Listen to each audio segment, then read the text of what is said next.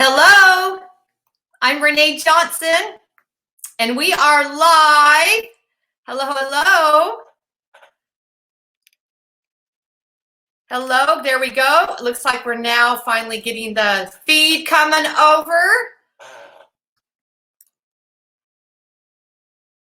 Great. I'm just going to check real quick and make sure that I'm streaming live on both of my platforms, and then we are going to get started on this week's Inspired Live. Excited to be here with all of you. Okay, we will get started here.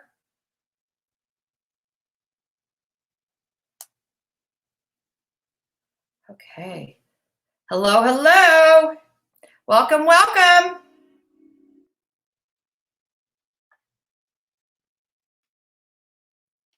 Okay, it looks like we're good to go. I am live streaming, so without further ado, I'm going to go ahead and get started. Excited to be here. Welcome again to the official Inspire Live broadcast. I am your host, Renee Johnson, the Power Zone Coach, and I'm excited to be here with you again. We officially kicked off my live broadcast last week. Yay! And if you were joined last week, I'd love to hear from you in the comments how you liked it. And kicking off this new weekly live series is something that I've thought a lot about, and how I want to show up and how I want to serve. And I couldn't help but choose Inspire. That's one of my core foundations in my leadership why. So if you're here, please shout out in the comments. I can say hello to you. This is live. It's for you. Hey, Amanda, welcome. Thank you for joining. That's awesome. So glad to have you here today.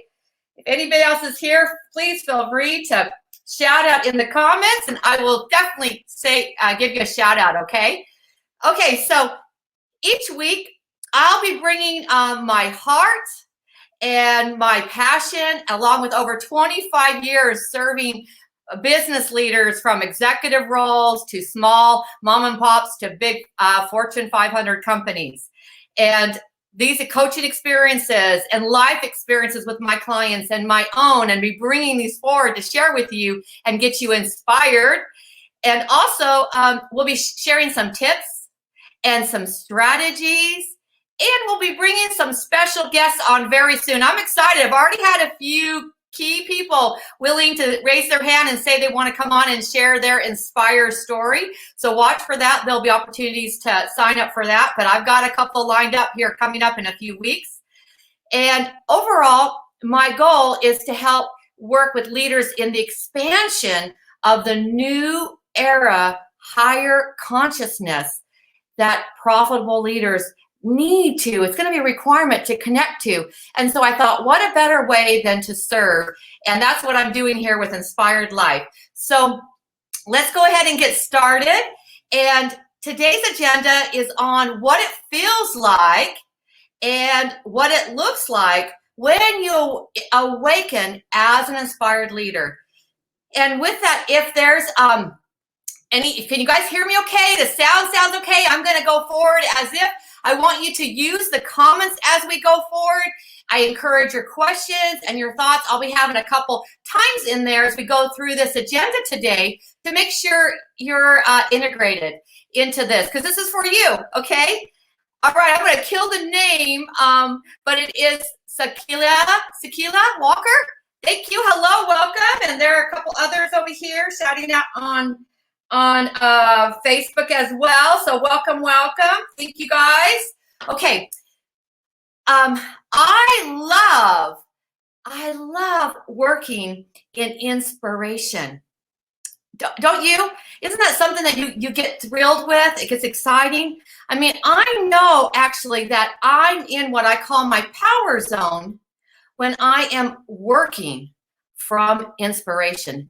That is one of the core barometers that I know that I can tell I'm in alignment with one of my higher powers and gifts. And today I want to demonstrate that to you and how it can be yours as well. So when I'm working from inspiration, and I know that again, when I am, it's that place of my power zone, but it's also the other indicators of it. It's a place of higher self-awareness. It's my personal truth, and it's my power that lets me focus my energy on anything I wish to achieve and work clearly with intention. Yeah, there's a lot packed into that. And we're going to break that down a little bit today. Great. We have some other people checking in here. Wonderful. Welcome, welcome. I'm glad to have you. Thank you.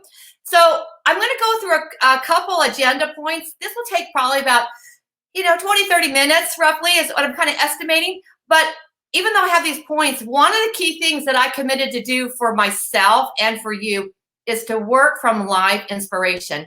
So, your feedback will be important, as well as how I feel as I'm sharing this. I only have a few bullets. I'm not going to give you a long lecture. This is supposed to be Inspire Live. Okay, everybody like it? Like the energy so far? Great. Hey, Jason, welcome, welcome. We got some more users showing up. This is fantastic. Thank you. Good, good. So what I did yesterday is I actually shared in the comments on both Facebook and LinkedIn. I asked you guys to tell me what can inspiration do for you. I specifically asked, what does inspire mean to you, and how have you benefited from inspiration in your life or leadership? So if you'd like right now, take a moment and make a note of that, and be sure to throw it in there so I can shout it out. Oh, wonderful, Amanda. Thank you for sharing how much you got value. Thank you so much from last week. That shows that Inspire Live is working. So let me share with you a couple of the ones that I got. I got several, so thank you all those who contributed. Let me just read out a couple. I have Tara Sunder, who shared that my inspiration stems from my passion to coach people and watch them grow. Can you relate to that, leaders? Bruce Pulver shared, inspiration to me is all about possibilities, turning impossible into I'm possible. I like that one. That's powerful. Nat Handler shared, I am creative, so inspiration comes from everywhere. I am never fully satisfied. I feel I can always be better. I am determined to change the game for good in whatever I do. Rock on. Yeah, as inspiration lifts you up, right, and empowers you. We're going to share some stories of that today. Christina Molina, if I'm saying it wrong, your last name, Christina, I know who you are. Krista, sorry. I know who you are, so apologize. Thanks for the tag. Inspiration to me is when I hear about someone's challenge and perseverance, and this gives me increased energy and courage to try again, try harder, keep going. One such example is when I read David Goggins' book, Can't Hurt Me. We'll have to check that one out. And then we have Rahila Khan, and she said, inspiring myself using inner transformational tools to discover my passion in this amazing gift of healing the life. True power zone. Man, I got lots of them here that were shared. So can you guys relate with those? Do you have your own definition? I encourage you to jot that down, because we're going to be leaning into that, and be great for you to be able to have that as your own barometer in today. So let me share with you a story of how I've known since I was little I had the gift to inspire, but I had an important benchmark, if you will, on my journey that really resonated. And I didn't know it was indicating this at first. So let me just share with you here. So many years ago when I started public speaking, this is like a long time, I would almost venture to say, oh gosh, a good 15 plus years. Well, I was speaking before then, but on where I'm getting paid. Okay, there's a difference. And I was a keynote speaker for an organization, and it was right when my book came, my first book came out, and I was up there and I was sharing my presentation and speaking, And as I was looking out the audience and doing my thing, and I'm kind of Italian, not really, but I use my hands and I'm talking and I'm energized and trying to interact with the audience. Do you know what I saw in the audience? I saw these faces, and these faces were looking at me like this. I mean, they were literally this, what? There was, and I thought, oh my gosh, I am sucking. Oh, here's one of my first, big paid keynote speeches, and I'm doing a terrible job. And I felt this anxiety rise up, and I see these faces, and more became this way. But I stayed true. I thought, well, at least I'm going to give a really solid message, and I'm going to deliver this in the best way that I know how. And I'll talk to the organizer afterwards. So I wrapped up my presentation, and I got this like applause that was out the roof. And I'm like, wait a minute. I didn't think I was inspiring. I didn't think I was connecting. That's odd. Well, maybe they're just being polite, okay? So I scurried off the stage, and I walked back to the booth where speakers usually have with my books and my flyers and all of this. And I was waiting for the organization's event to end, and they did their closing remarks. And then slowly, guess what happened? I end up having these people that have these faces of what the heck going back to my table. And pretty soon I had this long line. And you know what I discovered as I sold out on all the books I brought that day? Is I inspired. Yeah. And the looks on their faces were, oh my gosh, she's speaking to me. How did she know this? How did she get in my mind? How did she understand my challenge? How did she understand my passion? Because that's what I heard in their voices and their stories as they all lined up and were talking to me.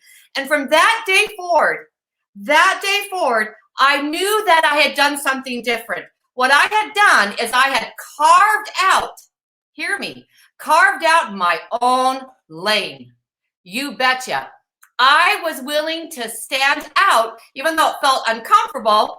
And I use that as a barometer going forward as I spoke. And now I have other indicators that are a lot more joyful, but still with that. And that carving out your own lane is a requirement for today's leaders. You can choose to stay behind. You can stay in your comfort zone. You can follow along like sheep and get in the 5 o'clock rush hour congestion with your head down, multitasking, kind of passing the time, getting from point A to point B in your life and in your business. Or you can step up and you can carve out your own lane. Now, here's the thing. That doesn't mean you have to be loud, okay? That doesn't mean that you have to take risks that aren't necessary, but you do need to take risks. That's the only way that you're going to be able to do this. And you need to be willing to go where others may not go. And you need to be willing to see if you can find those that you can share your inspired voice with to go with you, particularly as new business adventures and your team that's going to need to be inspired like more than ever because they've lost faith and hope and the tragedies that we've been going through. And they're going to be calling for this. And you're going to start to recognize hopefully those faces that I talked to you about when you start to implement some of these things today. Does that make sense to you guys, what I'm talking about here?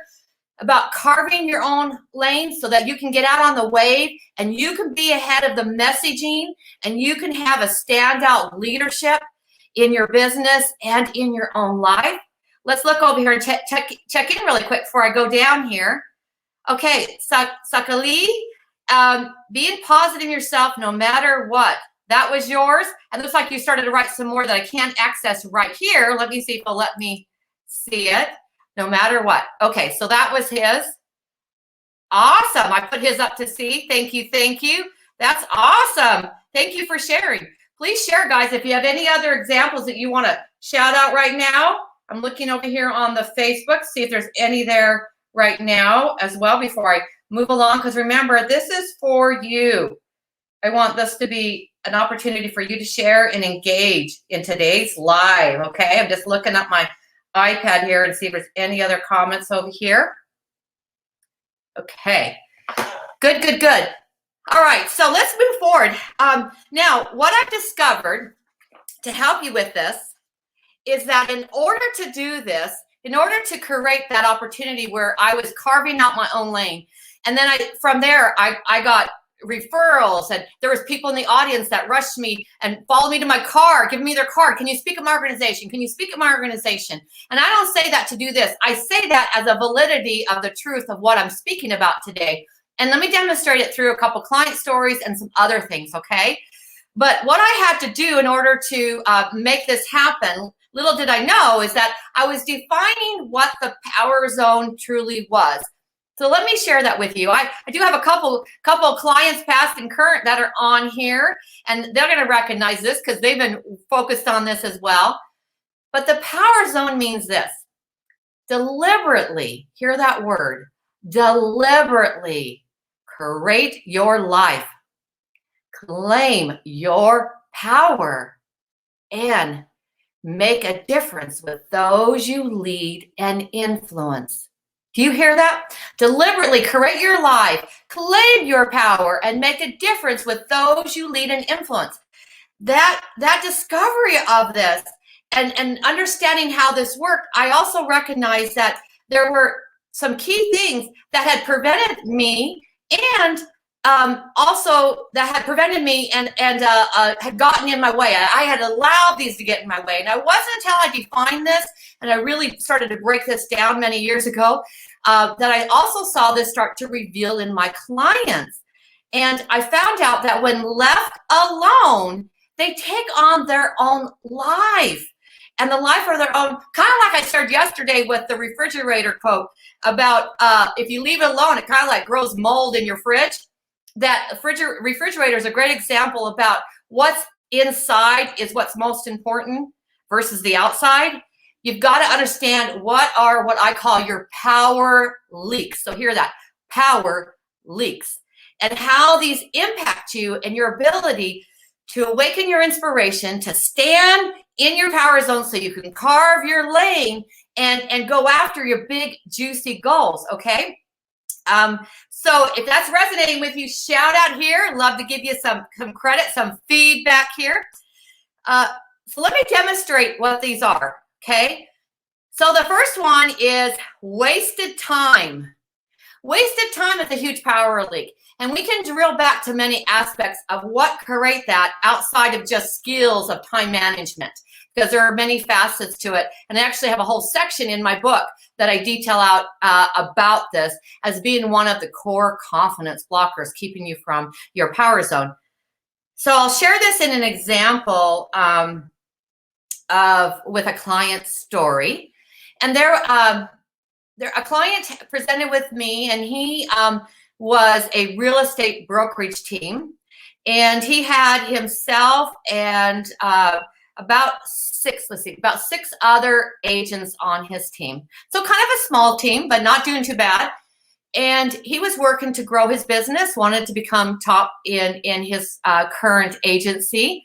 And as he brought me in and we were assessing where he's at and what his targets are, I started watching some of his leadership behaviors. I started assessing what his targets were against those behaviors. I started watching how he managed his time, how he managed his team's time, and basically the three power leaks I'm going to address here today. And in him doing this, one of the months he produced 12 closes. And he came to me with his report and said, you know, we closed, or we contracted 12 new real estate contracts. And in that market, that's pretty good. He was in a smaller market. And his average is like 350,000 to 500,000. That's pretty good for a team of him and his six. But he said, do you know where they all came from? Me. Meaning pointing to himself. He had generated all of those. And his team did what? Zero. Okay? So he was frustrated, and he started to say, well, this isn't working, blah, blah. And I said, let's sit down, let's talk. And I showed him the mirror, and I showed him how he was wasting his time and how he wasn't delegating appropriately down to his team, how he wasn't measuring in advance, how he wasn't course correcting, how he wasn't inspiring and elevating them to shape their decisions and have inspired movement, you know, and manage their time, knowing their purpose every day. And we reallocated the action items. So the next month rolled around and we had another review meeting. And guess what happened this time? He came and he reported 12 cells. 12 cells. But this time, you know what was different? Guess who made the cells? His team. 12 for the team and 0 for him. So he put his energy, his time, his power zone, being deliberate with his team. Is that not a huge profit center? So when I talk about profit centers, these are inside out growth. Bottom line profit, I've always said this for years, is a holistic measurement. And it's going to be from how you lead and then the byproduct, so that it brings the resources, the revenue recognition you need back to your business to grow and develop and use that. We don't lead with profit. You'll be short sustained. But if you lead by using your leadership from the inside out, you're going to get enough profit in the way you use your time and in your business bottom line more than you even realize. So, true story. How exciting, right? When he learned how to plug that power leak of wasting his time. Now, let's move down to the second one that we're going to talk about today. I need a little bit of water here. Excuse me.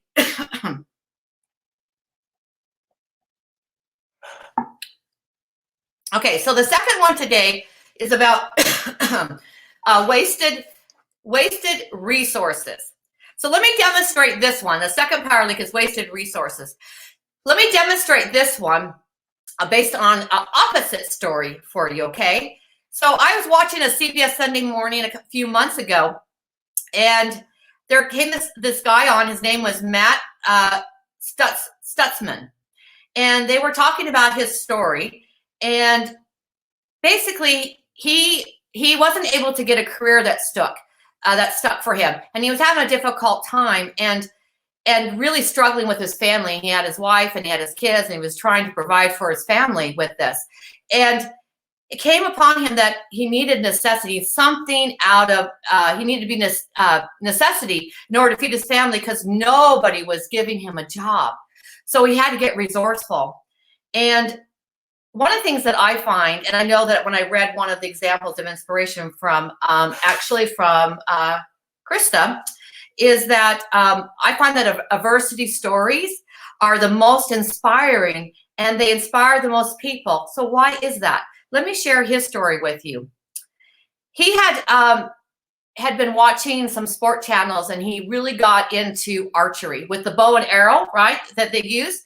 And he said the last time he looked up, there was only like 1% of archers in the world were actually making a living shooting a bow, right? But in January 2010, he made the decision to be the best archer in the world by 2011. And he went forward and he worked really hard, and he practiced, and he actually created his own bows and arrows, and he put all his energy into it, because he didn't just need to get into a sport. He needed to feed his family, and nobody was giving him a job. And he actually made the U.S. team during that year. He was working really hard, and by 2012, he went to his very first games, and he won a silver. Now, his competitors have learned to fear him, and eventually he became, hear this, #1 in the world, and continued to do this several times over and over since then. He shared his story on this, and let me tell you why. There's a golden nugget here, that it was almost better than winning was defining for him, almost better than winning. What was defining for him of being the best archer in the world was that somebody who changes the sport like him makes it better, or changes people that watch what you do and make them better in their mind. And that to him that's how he considered himself to be the best archer in the world, that he was changing people. They were watching him, and they were taking that risk. And you know why this is so important? Let's get back to wasting resources. He was armless. Yep. He had no arms during this time. Did he not get resourceful? Did he not inspire himself? Did he not go after and carve his own dang lane, regardless of his limitations? And in doing that, what did he do? He started inspiring other people. He started mentoring other people that had limitations. And he does it to this day. He has a camp and he does different things. So it is so powerful what you can do when you look around you for what resources you have access to, whether they're visible or you need to go search them out and get deliberate and claiming your power and making a difference in your life and the life of those you lead and influence, because it's there. I've often said where there's a will, there's a way. And I've proven that over and over in my life story. All right, I'm checking in before I go to the third story and teach you the third one here today. How are we doing? Let's see here.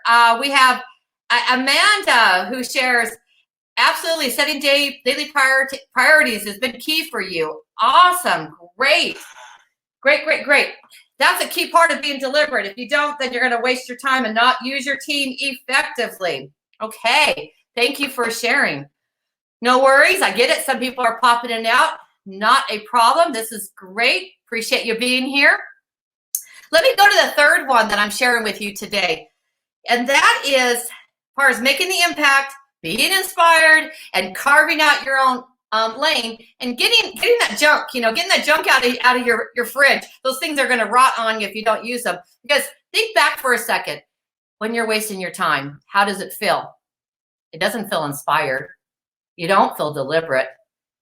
You don't feel like you can do more. You can take those risks, like some of the stories I'm sharing with you, right? And when you don't feel like you have access to resources, your confidence doesn't grow. You don't feel like you can champion the goals that you want. And often we have them, but we get so overwhelmed because we're trying to use too many instead of thinning them out and picking the core ones, our core strengths. And that's going to be required in this new era of conscious leadership, is to let go of your goods and greats and really lean into your strengths. Okay. So let me move into that, with that said, into the third one. The third mold or rot, if you don't fix it, is wasting the teams and your strengths and talents. Let me demonstrate this one too. Another team I work with, they were doing pretty well. I'm actually, one of the owners of the company met me at that event that I told you about, where they're like deer in the headlight look earlier on. And she bought my book, and I started doing some individual leadership and life program with her, my Power Zone Mastery. And in doing that, we started to build a relationship, a rapport, and she introduced me to her husband, who was the co-founder in the company. And we met and we started talking about their vision, their goals. And they had a qualified team, but they were doing too much holding tight to the vest, too much micromanaging, because they hadn't been able to separate their goods, their greats out, and their strengths. And they didn't have the backbone systems they needed, and they didn't have the vision so that they could set the purpose and let people shape their time, use the resources, all these things with it. So we started working on plugging this.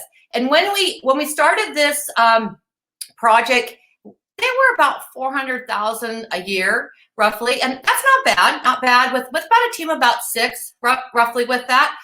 And as we grew each year consecutively, and we worked through the different models of scaling and growing and their inside out development, because it definitely had to happen, and the team's inside out development. In fact, each year we do what's called a play bigger meeting, and we bring those skills forward and we set those goals and we inspire forward movement, and it's a great opportunity.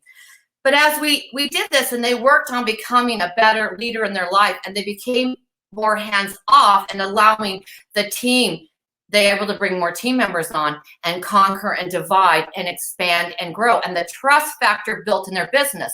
And you can't scale your business without the foundation of trust. It's going to be very difficult to do. And they also started to get more brave and carve their lane out and add new services to their business.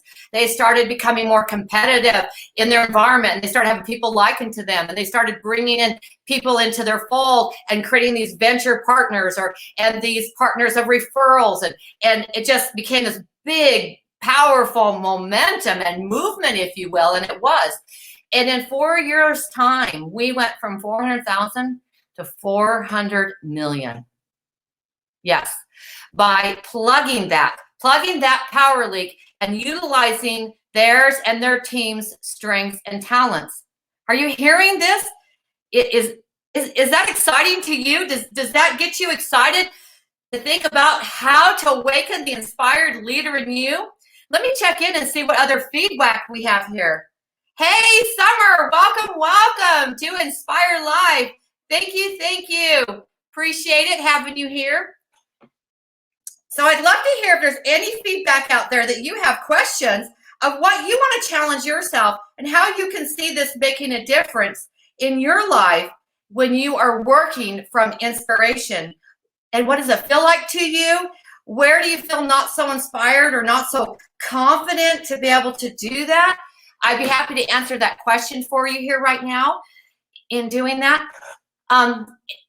The value of being inspired is a game changer. And when I create my projects, I'm an author, I've got 4 or 5 publications out there now, more coming. I write for contributing magazines. I have to write, new presentations and design different workshops and lots of course creation right now, going online more. So a lot of writing. And one thing that I noticed, I want to back this up for you about how to kind of recognize for yourself more simply the differences of what it feels like versus your power zone. Let's see here. Kurt. Okay, just seems anything else. I just saw something pop up here on you guys. Thank you. Is when I feel, for me, it feels a heaviness. It feels like when I'm not feeling inspired and I'm not creating effectively, when I'm not in my power zone. So I'm in my power zone, I'm feeling inspired. What happens to me where I feel like I'm actually working harder than I need to. I can't get the messaging. I can't get the ideas to come. The creativity part, like Nat talked about in his, was really difficult, and I couldn't get the ideas to come. In fact, I was forcing it. I actually was creating lots of content, and then it was just feeling like a bunch of noise, like a bunch of white noise. It's just some examples I'm sharing with you at different times. I will get distracted. I'll want to procrastinate. That's a big one, that I'm not feeling inspired. That overwhelmed feeling. I will also, I guess there's some key things there, and it won't feel good. There's a sense of a connection with self that happens, and you feel at peace. You feel at one with what you're doing. Time for me actually starts to slow down. And even though there might be a lot of demands pulling at me because my company's growing and it's exciting these times, because even though there's some challenges out there, we made the decision early on that we were going to carve our lane and be ready to ride the wave as we all come out of this, because we are and we will. And that doesn't mean to hold against some of the tragedies and things that are happening, but we need people like us to hold the light for others, to give them hope and to inspire them so we can all grow and become our best in spite of circumstances, right? And then wrap our arms around those that need love and care, kindness and compassion for sure during this time. So when I feel inspired, the difference for me is, oh my gosh, things come so easy. And it's like, wait a minute, I'm getting this download and I have the most brilliant ideas, and the preparation process is fun and the joy factor goes up. And you know what happens to the results is, like I've shared with you here, they're great. So one of the challenges is to pay attention. Even though you might be in go mode and you have all these appointments in your schedule, look at the things that are inspiring you and the things that don't. You're going to have things that are maintenance that you need to do, but I'd also challenge you to look at the waste of time. Can you delegate any of those to somebody else who would actually love doing them, because it allows them to grow into their strengths?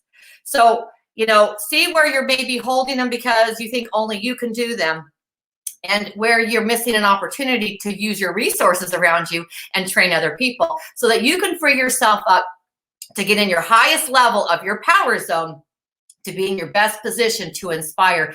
Because as a leader, Your charge is to, you've got to have that strong voice of your values, and you need to be able to inspire change. And that change needs to come in you first and then into your team. And that's going to fuel your organization. And that's going to allow you to lead from an inspired position greater than you've ever done.